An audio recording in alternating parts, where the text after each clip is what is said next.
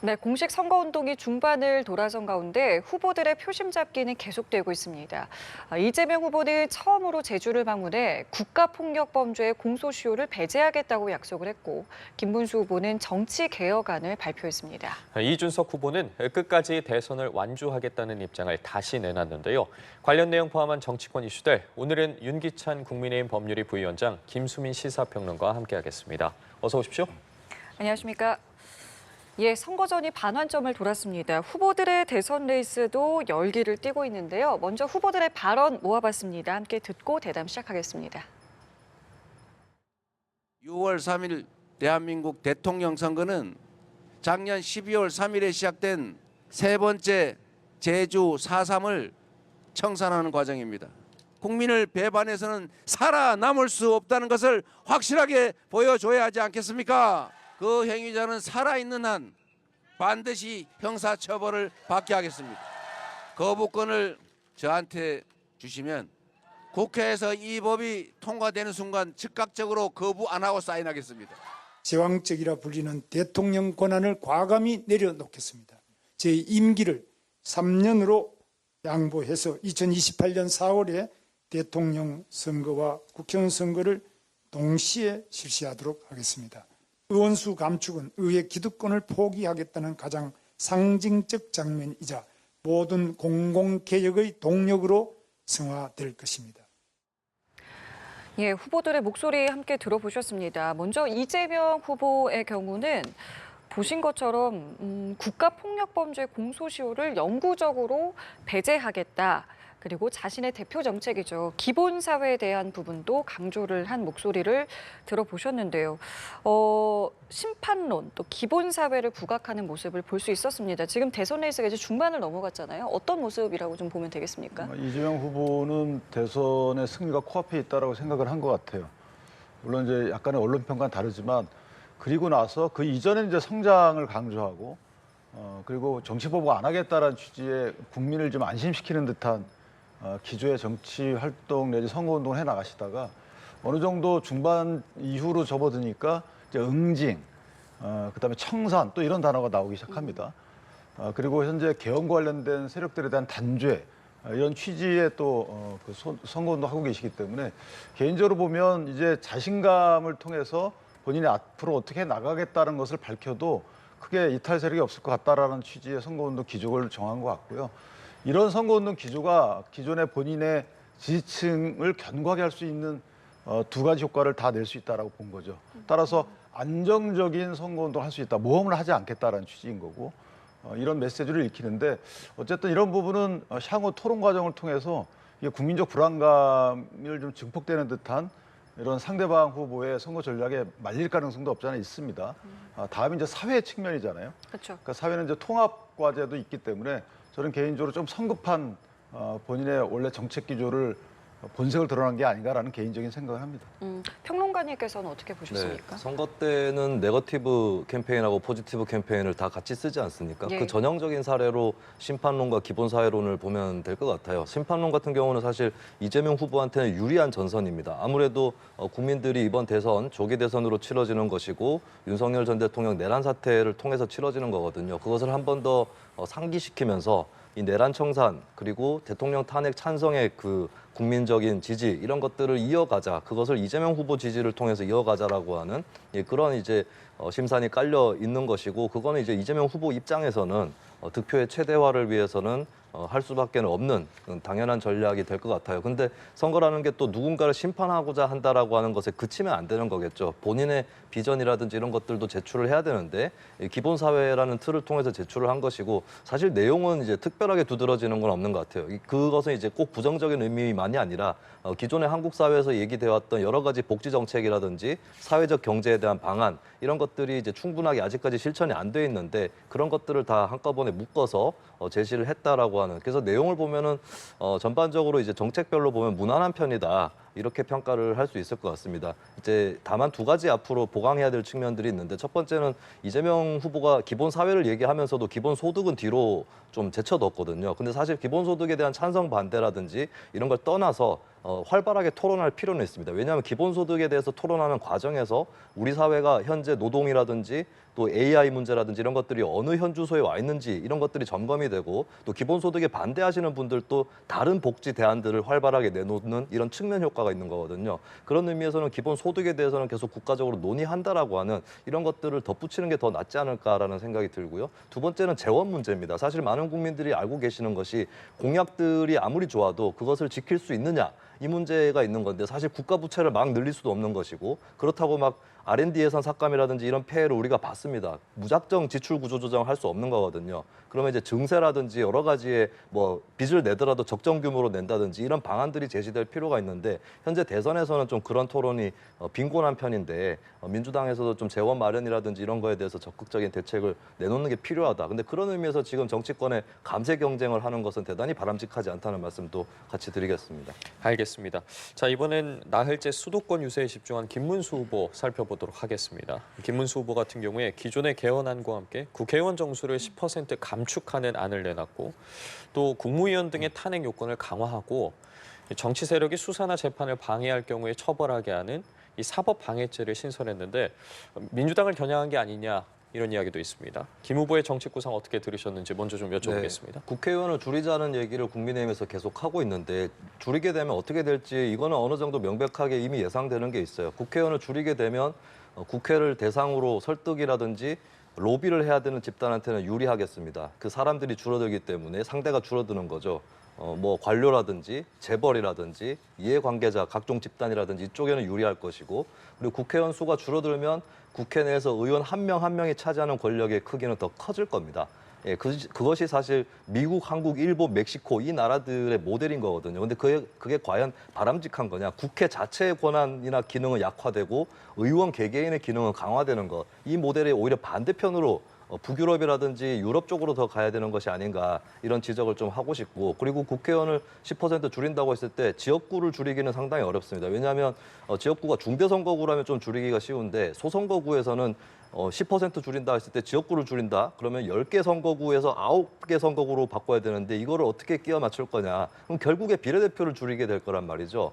그러면 비례대표를 줄이게 되면 민의가 의석으로 반영되는 이 비중은 그 수준은 낮아질 것이고 저비례성 국회를 만들게 된다라는 측면에서 저는 이게 정치 개혁이 아니라 정치 개혁이다라는 말씀을 드리고 싶고 국회의원 정수 축소는 이제 포퓰리즘적인 그러나 절대로 국민들한테 유리하게 적용되지 않는 그런 정책일 거라고 봅니다. 그리고 사법 방해죄에 대해서는 이해가 가는 구석은 있어요. 여러 가지 그 정치인 관련한 재판들이 막 늘어지고 지금까지 지연되고 이런 것들이 많이 있었거든요. 그런 의미에서 검토의 여지는 있다고 볼 수 있는데 근데 좀 궁극적으로 사실 지금 우리나라가 인구 대비 판사의 수가 적은 편이거든요. 공판 중심주의로 가고 있는데도 적은 편인데 이걸 정치권에서 판사를 증원하는 것부터 먼저 했었어야 되는 거 아닌가 이런 생각이 들고 그리고 한편 민주당에서는 검사나 판사가 법을 잘못 적용했을 때 이것도 처벌할 수 있는 법을 마련하자고 하는데 근데 국민들 입장에서는 사실 국민의힘이 주장하는 사법 방해죄하고 민주당이 주장하는 법 적용을 잘못한 판검사에 대한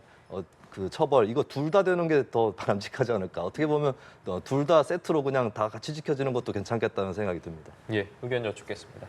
이제 현재 22대 국회에서 일어난 여러 가지 21대를 거쳐서 문제점들을 이제 제도적으로 시정하자는 거죠. 이 부분은 이념적, 이상적 어떤 본인의 신조에서 나온 것이 아니고 지금 보면 대통령과 관련된 특별감찰관을 야당이 임명하도록 하자. 이 부분도 문재인 정부 시절에는 특별감찰관 임명이 안 돼 왔잖아요, 지금껏. 그러니까 야당 임명해서 대통령을 견제하자라는 부분이 있고요. 그리고 국회 관련해서는 사실 국민 소환제를 도입하자는 거예요. 지금 국회의원은 4년 동안에 어떠한 일을 하더라도 사법적 처벌 대상 이외에는 사실 소환돼서 직을 잃는 경우가 없어요. 탄핵의 대상은 되지만 탄핵 소추를 통해서 하겠습니까? 국회에서 의결 안 하잖아요. 징계를 통해서 국회의원직을 잃도록 하지도 않잖아요. 그러니까 결국 국민이 끌어내려보자 이런 제도를 도입하는 것이고 그다음에 국회와 정부에 독점적으로 있었던 국민 발언권 내가 입법안을 내겠다라는 부분도 도입하겠다는 부분이고 그다음에 이제 사법권을 실질적으로 독립을 추구하자는 겁니다. 지금 보면 사법부와 헌법재판소 관련해서 국회 입김이 상당히 들어가는 임명 절차가 현실이 돼 있습니다. 그렇기 때문에 이 사법부 독립을 위해서는 3분의 2 이상의 국회의원이 동의하는 이런 임명 절차를 추진하자. 이 부분은 저는 상당히 진일보한 것이다라고 봅니다. 물론 임명 과정에서 지난한 상당히 오랜 절차가 거치겠지만 결국은 모든 정치 세력이 동의하는 그런 분이 나와서 국민의 기본권 보장을 위해서 판결을 해야지 되는 것이지 특정 정치 세력이 민다고 해서 되는 이런 시스템은 맞지 않다라는 문제의식에서 나온 부분이 있는 것이고요. 국회의원 정수 감축 이 부분은 사실은 저는 현실적으로 물론 지역구 의원이 반대를 하겠죠. 지역구가 통폐합될 테니까. 그러나 저 부분은 국회의원들한테 상당히 주는 시사점이 있어요. 일 좀 하라는 거예요.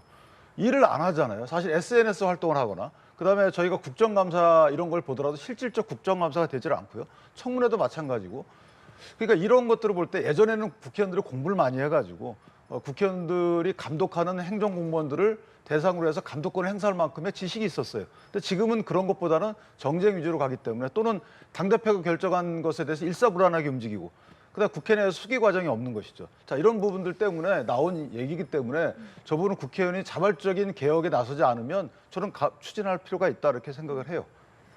알겠습니다. 자, 그리고 어제 김문수 후보가 지금 두 분께서 말씀하신 이 정치개혁 공약을 이야기하면서 이런 발언도 했습니다. 국무위원의 3분의 1 이상을 50세 미만으로 하겠다. 그러면서 총리가 40대가 한다고 해서 이상한 일은 아니다라는 발언을 했는데요. 이 발언을 놓고 뭐 이걸 누구를 염두에 둬서 이렇게 뭐 누구를 콕 집어서 이야기한 건 아닙니다만은 이준석 후보를 뭐 염두에 두서 한 발언이 아니냐 이런 해석들이 사실은 좀 나오고 있습니다. 어떻게 들으셨습니까? 네, 뭐 국무총리를 어떤 방식으로 임명하고 그 국회 이제 뭐 임명 동의안을 받겠다 이런 것도 아니고 그리고 예를 들면 뭐 국무총리를 정치인 출신으로 하겠다 혹은 관료 출신으로 하겠다 아니면 뭐 다른 전문가 출신으로 하겠다 이런 공약도 아니라 나이를 콕 찍어서 얘기를 했거든요. 이건 아무래도 국민의힘에서 이준석 후보와의 단일화 이런 것들을 원하는 기류가 있는데 이 상태에서 연령을 콕 찍어서 얘기를 한다라고 하는 것은 아무래도 현재 40대인 이준석 후보를 염두에 두고 한 얘기로 해석될 수밖에 없을 것 같아요. 그런 의미에서는 그리고 뭐 국민의힘에서도 이거를 적극적으로 뭐 부정하거나 하지는 않을 것으로 보이고 물론 한편으로는 이제 원론적으로 젊은 세대가 더 진출하는 거 필요하다 이런 얘기도 하겠지만 근데 이 현재 이제 국면에서는 이제 이준석 후보를 염두에 둔 거다 이렇게 해석이 나올 수밖에 없을 것 같습니다. 그런데 이게 과연 이준석 후보 측에게 통할 것이냐라고 했을 때 국무총리 제안이라는 것도 이제 정권을 잡을 수 있는 가능성이 보일 때 그때 해야 되는 것인데 뭐 그런 측면에서는 내가 김문수 후보를 밀어주면 뭐 꼭 본인이 국무총리로 출세하는 게 아니라 할지라도 어쨌든 뭐 본인 세력이라든지 이쪽에 충분히 지분이 돌아오겠다 이런 기대를 하기가 상당히 어려운 그런 그 여론조사상의 격차라든지 이런 것들이 보이고 있기 때문에 별로 반향은 없을 것이다라고 보고 또 한편으로는 좀 모욕적이라고 생각할 수도 있습니다. 이준석 후보가 진짜로 김문수 후보를 지지할 수 있도록 해주려면은 이 걸림돌부터 치워야 되는 거거든요. 여러 가지 걸림돌들이 있는데 사실 현재 대선 후보들 중에서 민주당보다 더 보수적인 후보 가운데 윤석열 전 대통령 탄핵에 찬성했던 사람은 이준석 후보 한 명밖에 없거든요. 분명히 그런 국민들을 대변하는 그 대표성을 갖고 있습니다. 그렇다면 이 단일화를 하기 위해서는 김문수 후보가 더 가열차게 윤 전 대통령과 차별화하고 선긋기를 하고 또 부정선거 음모론 이런 것에 대해서도 아주 단호하게 대처를 해야 되는 그런 부분이 있는 건데 그런 것들이 소화가 안 되는 이상 단일화의 가능성이 상당히 떨어져 보인다라고 봅니다. 이렇게 저희가 발언 하나하나를 놓고 뭐 분석하고 해석하고 있는데 이준석 후보의 경우에는 완주 의지가 확고해 보입니다. 어제 목소리 듣고 대담 이어가겠습니다. 국민 여러분께서 받아보실 투표용지에는 기호 4번 이준석의 이름이 선명히 보일 것입니다. 저에게 더 이상 감정을 자극하고 정치를 희화화하는 행동을 하지 말 것을 요구하겠습니다. 단일화 운운하면서 국민의힘이 가한 행위는 굉장히 모욕적이고 그리고 이번 선거를 난장판으로 만들려는 시도였다. 저는 앞으로 국민의힘의 어떤 인사와도 이 단일화에 관해서 소통하지 않겠습니다. 네, 지금 보신 것처럼 이준석 후보는 아예 기자회견을 열었어요. 그리고선 이준석 이름으로 승리하겠다라고 강조를 했는데요. 공개 선언까지 한 이유 뭐라고 봐야 될까요? 이게 단일화 관련돼서 무슨 당권 거래가 있었다느니 그다음에 국민의힘 당내에서도 당권 거래라는 단어가 나온 순간에 발끈한 몇 분이 계세요. 그래서 이런 그 당권 거래라는 프레임으로 만약에 단일화 부분이 쓰여지게 되면 단일화 효과가 없죠. 설명한다 하더라도. 그러니까 저는 여기서 이준석 후보가 저렇게 일단락을 져줄 필요가 있었다라고 보고 다만 저런 발언 배경을 떠나서 사실 실제 의사를 따져본다면 단일화의 가능성을 일부러 차단할 필요가 없는 거예요. 예컨대 지금 만약에 1강 2중이라는 몰라도 1강 1중 1약으로 평가받는 현 대선 판도에 있어서 2, 3위 간에 단일화를 하지 않게 되면 사실 이번 대선을 이길 가능성은 되게 적다는 거죠. 이준석 후보가 얘기하는 동탄 모델이라는 것은 물론 그것을 향해서 나아가시겠지만 그게 시간적으로 여유가 없는 부분이고 이 지역구 이 국회의원 선거하고 전국을 단위로 하는 대통령 선거하고는 좀 다르다는 부분이 있고요. 그 당시에는 동탄 모델과 관련돼서는 이원욱 의원이 쌓아놨던 그 당시 지역 표심이 또 있는 부분이기 때문에 실제 이준석 후보가 목표치를 세운 부분은 이해가 되지만 그 부분이 현실화되기는 현실적으로 쉽지 않다. 그렇다면 단일화는 언젠가 나올 수밖에 없는 국민적 요구이고 이 부분에 대해서 이준석 후보가 끝까지 모른 척하고 넘어가기 쉽지가 않다라는 거예요. 10% 넘어도 마찬가지입니다.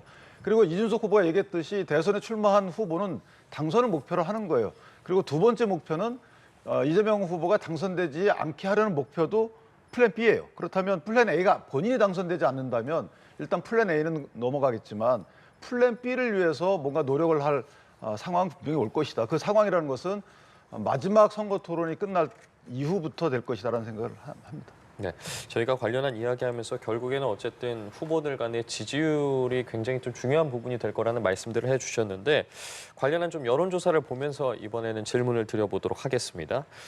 최근에 나온 MBS 여론조사인데 저희가 표로 준비를 했습니다. 보시는 것처럼 이재명 후보 46%, 김문수 후보 32%, 이준석 후보 10%입니다.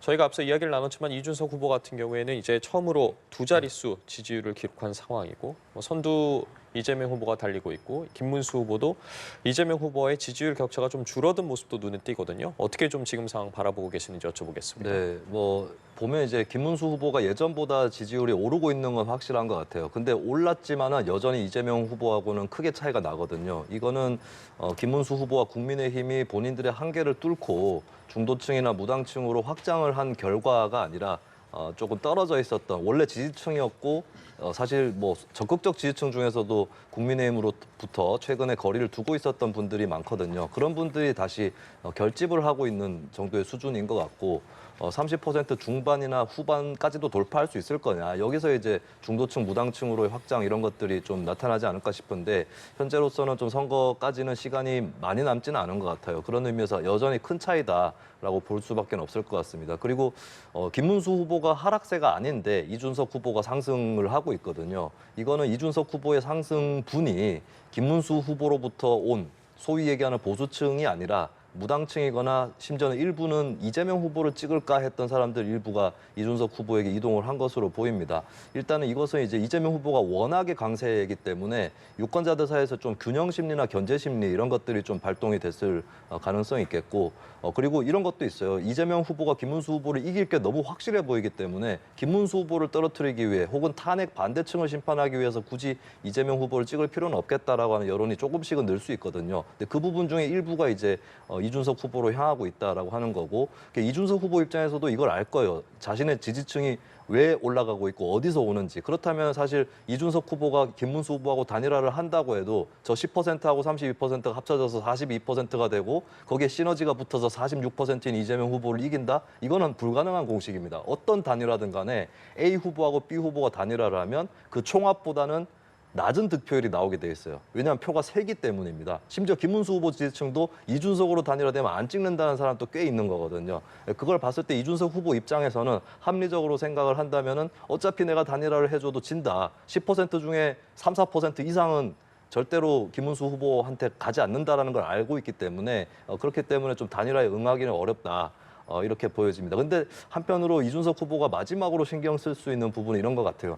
이게 사실 말은 안 되는 건데 제가 아까 말씀드린 거와 정반대로 생각하시는 분들이 계신다는 겁니다. 그러니까 국민의힘 지지층에서 예를 들면 2017년 대선 때 홍준표, 안철수 단일화했으면 문재인한테 이겼다라고 철석같이 믿는 분들이 계시거든요. 근데 단일화해도 그게 표가 1 더하기 1이 2가 되는 것이 아닌데도 불구하고 근데 국민의힘 지지층에서는 김문수 더하기 이준석 플러스 알파 시너지까지 해서 이재명한테 이기는 것으로 되면 이준석 때문에 선거 졌다라고 얘기하실 분들이 꽤 있을 거고 이준석 후보도 국민의힘 출신이니까 그걸 알 거예요. 그 부분이 마지막으로 좀 신경이 쓰이지 않을까 싶습니다. 예, 어떻게 좀 바라보고 계십니까? 근데 그 단일화를 안 하면 지잖아요. 일단 그런 만약에 선거 판세라면 누군가 둘 다 진다. 그러면 단일화를 해도 질지라도 일단 해볼 수 있는 여건이나 국민적 염원이 있는 거죠. 여기서 만약에 하게 되면 필승한다라는 어떤 산술적 수치가 나오게 되면 하겠다. 이거는 정치에는 없습니다. 그러니까 안 하게 되면 필패라면 일단 해보는 거예요. 예컨대 모든 단일화가 그래온 거 아니겠어요? 예전에 노무현 정몽준도 마찬가지고 그다음 윤석열 안철수도 마찬가지고 문재인 안철수도 마찬가지예요. 그 당시에 단일화하면 이긴다는 필승의 물론 전략이라고 저희가 표현하지만 필승이 보장되는 건 아니죠. 단일화를 그렇게 평가하는 건 아니고요. 마찬가지로 뭐 이준석으로의 단일화든 아니면 김문수로의 단일화든 각 이전의 후보를 지지했던 분들이 전부 다 가진 않죠. 그러나 또 시너지 효과라는 게 있는 것이고 또 하나는 이재명 후보에 대한 만약에 비호감의 국민적 정서가 거기에 더해서 견제 심리까지 작용한다면 단일화 위에 시너지가 폭발적으로 늘 수도 있는 겁니다. 더군다나 여론조사 발표가 금지된 6일 전까지 그 이후에는 어떤 형태로 그 시너지가 나올지 또 시너지가 마이너스 될지 아무도 알 수가 없어요. 그러나 안 하면 지는 상황에서는 하는 것이 일단 선택인 것이죠. 그 하고 나서 그 시너지 효과가 클 수 있도록 두 후보가 더 노력하는 모습 보이는 거. 만약에 하고 나서 한 후보가 그냥 미국으로 가버리거나 문재인 안철수 모델처럼 그러면 당연히 지는 거예요. 자, 그 단일화 이후에 단일화에 응한 두 후보의 태도에 따라서는 이게 시너지로 가느냐 아니면 내가 갖고 있던 지지층 흡수가 제대로 안 되느냐의 문제가 결정되는 것이지 지금 우리가 수학자들처럼 플러스 하니까 어떤데 뭐가 빠졌네 이런 식은 정치에서는 통하지 않습니다. 알겠습니다. 자, 그렇다면은 지금 두 분께서는 어쨌든 이 단일화에 대해서 다른 의견을 주셨는데 국민의힘 내부 상황을 좀 보면요. 아까 잠시 좀 언급을 해주셨는데 이준석 후보가 어제 그 당권 제안설에 대해서는 이제 본인이 부인을 했습니다만은 그 당 내에서도 지금 이 부분과 관련해서 여러 목소리들이 좀 있고요. 민주당에서도 당연히 문제 제기를 하고 있고요.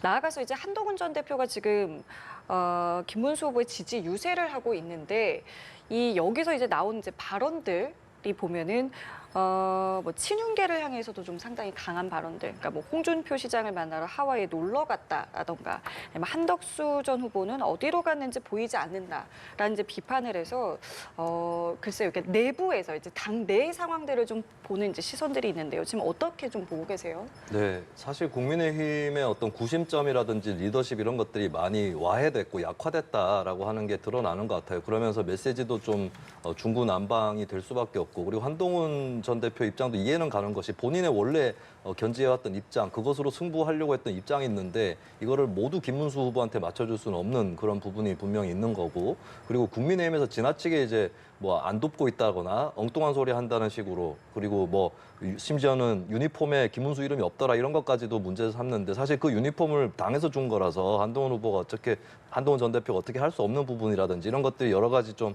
감정적으로 쌓이게 만드는 부분이 있는 것 같습니다. 물론 정치인이 이제 감정이 쌓이는 것을 여과 없이 노출하는 것에 대해서도 스스로 경계를 할 필요는 있겠지만, 근데 모든 것이 다 어떤 구조, 당 내에서 어떤 질서의 와해, 여기서 비롯되어 있는 거거든요.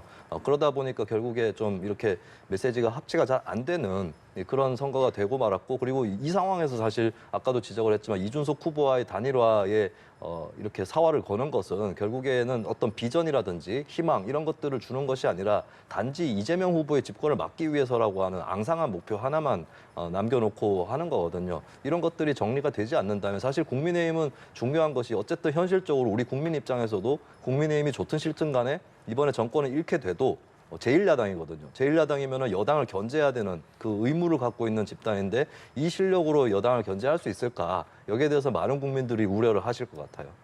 그러니까 지금 당내 목소리가 상당히 여러 갈래로 좀 나오고 있는 거는 맞습니다. 여기에 대해서는 어떤 입장 갖고 계세요? 근데 사실은 이제 여러 가지 입장을 갖고 있을 수는 있죠. 그러나 그 입장을 표하는 부분, 그러니까 본인들끼리 얘기를 나눌 때 우려하는 부분하고 공개적으로 표하는 부분은 TPO가 있는 거예요. 시기가 있고 장소가 있는 겁니다. 근데 지금 22일 대선 기간 중에 당에 불리한 말을 스스로 하거나 당 득표에 유리하지 않은 말을 애써 하거나, 저는 이런 그 분들을 본 적이 없어요.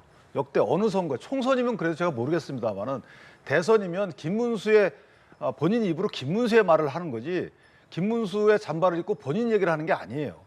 예컨대 전부 다 운동원들이 김문수라는 단어를 쓰고 다니는 이유가 뭐겠습니까? 김문수의 정책 기조를 얘기하는 겁니다. 물론 선대회의 과정에서는 다양한 얘기가 나올 수 있지만 결정되면 그것이 김문수의 의견이고 그것이 정당의 의견입니다. 그럼 그걸 통해서 국민께 설득 작업을 하는 것이지 다른 말을 하고 다닌다 그러면 이건 선거운동이 아닌 거예요. 본인의 정치운동인 것이지. 저는 매우 아쉽게 생각을 하고 이 부분은 빨리 시정이 돼야 된다고 생각을 합니다. 예컨대 자 승리를 위해서는 저희가 늘 구도 인물 정책이라고 얘기를 하잖아요.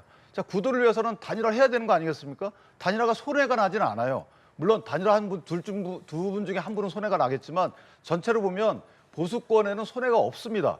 그러면 구도를 정리해야 되는 게 단일화고요. 그러니까 단일화 과정에서 당권 관련된 만약에 당신이 합당 이후에 들어와서 당권 도전하세요. 제가 그거 지원해 줄게요. 이렇게 얘기하는 것에 대해서 설령 내 목표와 겹친다 하더라도 그걸 정면으로 반박하고 공격하는 그럼 본인도 당권 관련돼서 관심이 있다는 거 아니겠어요? 저는 이런 형태의 선거운동을 처음 봅니다. 그러니까 이 부분을 빨리 시정해 줬으면 좋겠다. 또 하나는 옷과 관련돼서 이 부분이 물론 선거운동 시작한 지 하루 이틀 정도 됐으면 맞는 말씀이에요. 그때는 옷이 후보자가 저희가 부끄럽게 늦게 선출이 됐기 때문에 옷에 이 김문수라는 이름이 새겨지지 않은 옷들이 많았어요. 그런데 지금 며칠째입니까? 갖고 가서 어디 가서 바로 사 입을 수도 있어요. 고쳐 입을 수도 있고. 또 당에 얘기하면 바로 줍니다. 자, 이런 부분들 관련 솔직히 말씀드리건데 도움되는 선거운동을 해주셨으면 좋겠다 이렇게 생각합니다. 예, 알겠습니다. 각 후보들 어쨌든 각자의 정책들 또 이해관계들로 여러 목소리를 내고 있는 가운데 어느 후보가 되든 이제 취임을 하자마자 결국에는 국내 정치뿐만 아니라 대외에 있는 문제들도 해결해야 되지 않겠습니까? 그런 가운데 지금 오늘 들려온 소식이 트럼프 행정부가 주한미군 수천 명을 한국에서 철수하는 방안을 검토하고 있다는 보도가 나왔습니다. 미 관세 문제도 그렇고요. 선거를 앞두고 좀 대미 관련한 이슈가 부각되는 모습인데 어떤 영향을 좀 미칠 거라고 보십니까? 일단 저는 대선에 끼치는 영향이 딱히 정파적으로는 없을 거라고 봐요. 왜냐하면 이게 사안 자체가 바로 대응하기도 상당히 어렵고 여러 가지의 고도의 방법론들을 요구를 하는 것인데 이게 단순히 어떤 원래 짜여져 있던 외교적 프레임, 뭐 민주당은 이렇고 국민의힘은 저렇다에 따라서 판단할 수 있는 일인가. 유권자 입장에서도 그렇게 판단하기는 쉽지는 않은 일이라고 보거든요. 그런 의미에서 선거의 어떤 표심, 어느 후보를 지지할 거냐 이쪽에 크게 영향을 끼치지는 않을 거다라고 봅니다. 하지만 이제 중요한 거는 저는 이제 대선 후보들이 또 득점할 수 있는 상황이기도 하다. 여기서 어떤 대책을 내놓느냐 여기에 따라서는 이제 플러스, 그러니까 제가 말씀드린 거는 이제 영향이 별로 없을 거다라고 한 부분은 뭐 특별하게 어떤 대선 후보들이 뾰족하게 얘기를 안 하는 그런 상황을 가정한 것이었고, 근데 여기서 뭔가 내놓는다면 그것은 이제 득점 요인이 될 수도 있을 것 같은데, 근데 조금 국민의힘이나 민주당이나 예전하고는 달라진 모습을 좀 보여야 될 것 같아요. 사실 이번에 미국의 이런 얘기, 물론 이제 우리나라 국방부에서는 미국하고 그런 얘기를 한 바가 없다, 사실 무근인 것 같다는 입장을 밝히긴 했는데, 역대 지금 바이든 정부를 포함해서 미국의 흐름들을 보면은 이거는 어느 정도는 예견됐던 흐름이거든요. 그리고 미국이 사실은 돌려서 말을 하고 있는 건데, 중국이 대만을 어떻게 침공을 한다든지 할 때에 주한미군 데려다 써도 되느냐 이 질문을 하고 있는 것이고, 안 된다고 하는 것 같으니까 그러면 차라리 주한미군을 다른 데로 돌려가지고 거기다가 일단 주둔을 시켜놓고 유사시에 쓰겠다라고 하니까 중국 견제에 대한 그 작전인 거거든요. 근데 사실 한국 입장에서 참 어렵습니다만은, 근데 저는 좀 두 개의 편향을 극복할 필요가 있다. 양안 관계에 개입할 필요가 없다. 이렇게 나와서는 안 됩니다. 양안 관계가 분명히 불거져 있기 때문에 미국도 이렇게 나오는 거거든요. 그렇기 때문에 힘에 의한 현상 변경은 안 된다라는 신호를 중국한테 미리 줄 필요가 있습니다. 그렇게 해야 미국의 어떤 더 강도 높고 강경한 압박 이런 것들을 면할 수 있다라고 하는 그런 메시지를 충분히 보여줄 필요가 있고, 또한 그렇다고 해서 미국이 하자는 대로 무조건 따라한다. 이렇게 가서도 안 되는 거거든요. 이런 것들을 이제 미중 간의 어떤 사이에 있는 입장인데, 한편으로는 동맹에 충실하면서도 또 대만 문제는 사실 이게 인도적이고 민주적인 문제이기도 합니다. 단순히 이게 뭐 경제 논리로만 볼 것이 아니라 또 원론적으로 국제사회 한국이 중견국가 민주국가 입장에서 힘에 의한 현상 변경 안 된다라고 하는 것을 명확히 하면서 동시에 또 중국을 설득할 수 있는 이런 이제 좀 뭐랄까요, 응축되어 있고 또 중첩적인 외교, 다층적인 외교, 또 미국, 중국에 얽매이는 것이 아니라 유럽이라든지 다른 국가들하고의 어떤 연합전선이랄까 이런 것들까지 고려하는 이런 이제 다층적인 외교 전략을 누가 내놓을 것이냐, 이것이 관건이라고 봅니다. 그러니까 선거 국면에 어쨌든 큰 영향은 없겠지만 이어질 후보들의 발언은 좀 주목해 볼 만하다라고 말씀해 주셨거든요. 영향이 있죠. 예. 제가 볼 때 있습니다. 왜냐하면 이제 3차 토론이 외교 관계잖아요. 지금 이재명 후보가 얘기했던 셰셰 외교 이 부분이 사실 주한미군과 관련이 있어요. 야간 문제가 터졌을 때 주한미군의 역할 등이 이제 도마에 올랐었잖아요. 그런데 브론슨 주한미군 사령관의 경우에는 이게 그 주한미군의 역할 범위를 인도태평양으로 넓히겠다는 거예요. 앞으로 안보 기조가. 그렇다면 그에 대한 각 후보의 입장이 나올 거고요. 또 감축에 대해서 어떤 형태로 그걸 막을지, 또 막을지 여부, 어떻게 막을지 여부. 그러니까 4,500명이 괌으로 간다는 건데 그 이유는 뭐냐면 중국 견제 정책으로 간다는 거예요. 그러면 만약에 가지 마라. 우리가 어떤 형태로든 주한미군 역할에 관련돼서 논의할 여지가 있다라는 정책 기조에 대해서 묻게 되면 그럼 각자의 후보의 답이 나오겠죠. 또 하나는 북한의 전력 증강입니다. 이게 비대칭 전력의 핵만 지금 하고 있는 것이 아니고 대륙간 탄도미사일만 하고 있는 것이 아니고 각기 육해공에 관련돼서 각 전력을 급속도로 강화시키고 있어요. 저희가 대전 그러니까 전차도 그렇고 구축함도 그렇고 공중정보통제기인가요? 이것도 그렇고 자 이런 상황에서 미군의 역할이 우리한테는 지금 가장 중요할 때인데 이와 관련된 만약에 대통령을 하고자 하시는 분에 대한 입장이 어떤지에 대해서는 국민적 시각에서 굉장히 관심이 큰 사안일 것이다. 저는 그렇게 판단합니다. 말씀하신 대로 두 번째 TV 토론 오늘 8시에 있습니다. 저희 연합뉴스 TV에서도 생중계를 해드리는데요. 지금 지적해 주신 부분, 그러니까 주목해야 될 부분 말고도 오늘 관전 포인트가 있다면 뭐 어떤 것도 개인적으로 좀 생각하고 계세요? 이제 국민연금, 오늘 사회 부분이잖아요. 예, 맞습니다. 국민연금과 이제 기후 관련돼서 과연 에너지원을 어떻게 앞으로 갈 것인가. 저희가 첨단 기술을 개발해야 된다라는 취지의 주장들은 공유하는데 그 첨단 기술을 유지할 만큼의 전력원을 어떤 형태로 믹스할 것인가에 관련돼서는 입장이 나뉘어요. 이게 재생에너지를 할 것인가 아니면 원자력으로 할 것인가 뭐 석탄 발전량을 줄이는 데 대해서 다 일치하지만 이 기후 위기에 대한 대책 이것과 에너지원의 확보 이것과의 어떤 불일치 이걸 어떻게 타개할 것인가에 대한 각 후보의 입장이 갈리는 부분이 있고요. 그다음에 이제 의료개혁 이런 부분이 일치하는 것 같고 연금개혁 관련돼서 이걸 구조개혁을 어떤 형태로 추진할 것인지에 대해서 약간의 입장 차이가 있기 때문에 이 부분이 아마 쟁점이 되지 않을까 이렇게 생각합니다. 평론가님께서는 뭐 네. 어떤 부분 좀 주목하고 계세요? 일단 오늘 아예 공식 섹션으로 기후위기 부분이 들어가 있더라고요. 예. 1차 토론에서도 대두됐었던 에너지 문제, 원전이냐 재생에너지냐 뭐 이런 것들 어떻게 믹스할 거냐 이 문제가 나올 것 같고 저는 이제 좀 궁금한 것이 이제 김문수 후보나 이준석 후보 굉장히 친원전 입장인데 사실 지난 대선 때 20대 대선 때 심상정 후보가 윤석열 후보한테 SMR 한다는데 강남에다가 할 생각이 있냐라고 하니까 바로 윤석열 후보가 후퇴한 적이 있었거든요. 아마 이번에 권영국 후보라든지 혹은 이재명 후보가 친원전 후보들에게 그럼 서울에 원전 짓는 건 어떠냐 이런 질문을 하게 될지 한번 제가 좀 눈여겨보는 포인트입니다. 왜냐하면 사실 원전을 짓는다고 했을 때 전기를 당연히 많이 쓰는 지역에 짓는 것이 송전망이나 이런 것들을 봐도 유리한 것이고 한국의 한강 같은 경우는 체코 원전을 짓는 그 부근에 있는 강보다 수량이 훨씬 풍부하고 박정희 정부 때도 행주 산성 쪽이 그 입지로 검토된 바가 있거든요. 그리고 한수원에서도 예전에 공청회 할 때 서울에 원전 짓는 거 가능하다라고 했습니다. 그러면 친원전론자들이 계속해서 안전하다고 주장을 하시고 있기 때문에 그럼 서울에 짓는 거 어떠냐 이 질문이 나올지 한번 지켜볼 필요가 있을 것 같고 그리고 김문수 후보가 최근에 SPC에서 이제 노동자 재사고 사망 사고가 났는데 회장이 구속이 됐지만 중대재해처벌법 소용없지 않느냐 이런 취지의 얘기를 하셨거든요. 근데 회장이 구속됐던 것은 중대재해처벌법이 아니라 노조 탈퇴 압력 부당노동 행위로 구속이 된 겁니다. 이 부분은 아마 반드시 이번에 다시 거론이 되지 않을까 그렇게 전망이 되고 또 사회 분야이기 때문에 되게 이 범위 확장이 쉽거든요. 그런 의미에서는 이제 이재명 후보 아닌 다른 후보, 뭐 국민의힘을 포함해서 이쪽에서 사법 리스크 문제라든지 법조에 관련된 것이기 때문에 이것도 분명히 또 등장을 하지 않을까 싶습니다. 제가 예. 하나만 말씀드리면 예. 후쿠시마 원전 오염수 있을 때 그렇게 안전하면 너 먹어봐. 이거 똑같은 논리예요. 원전을 짓는 것은 일단 비용도 많이 들어가잖아요. 땅을 서울에 어떻게 확보를 합니까?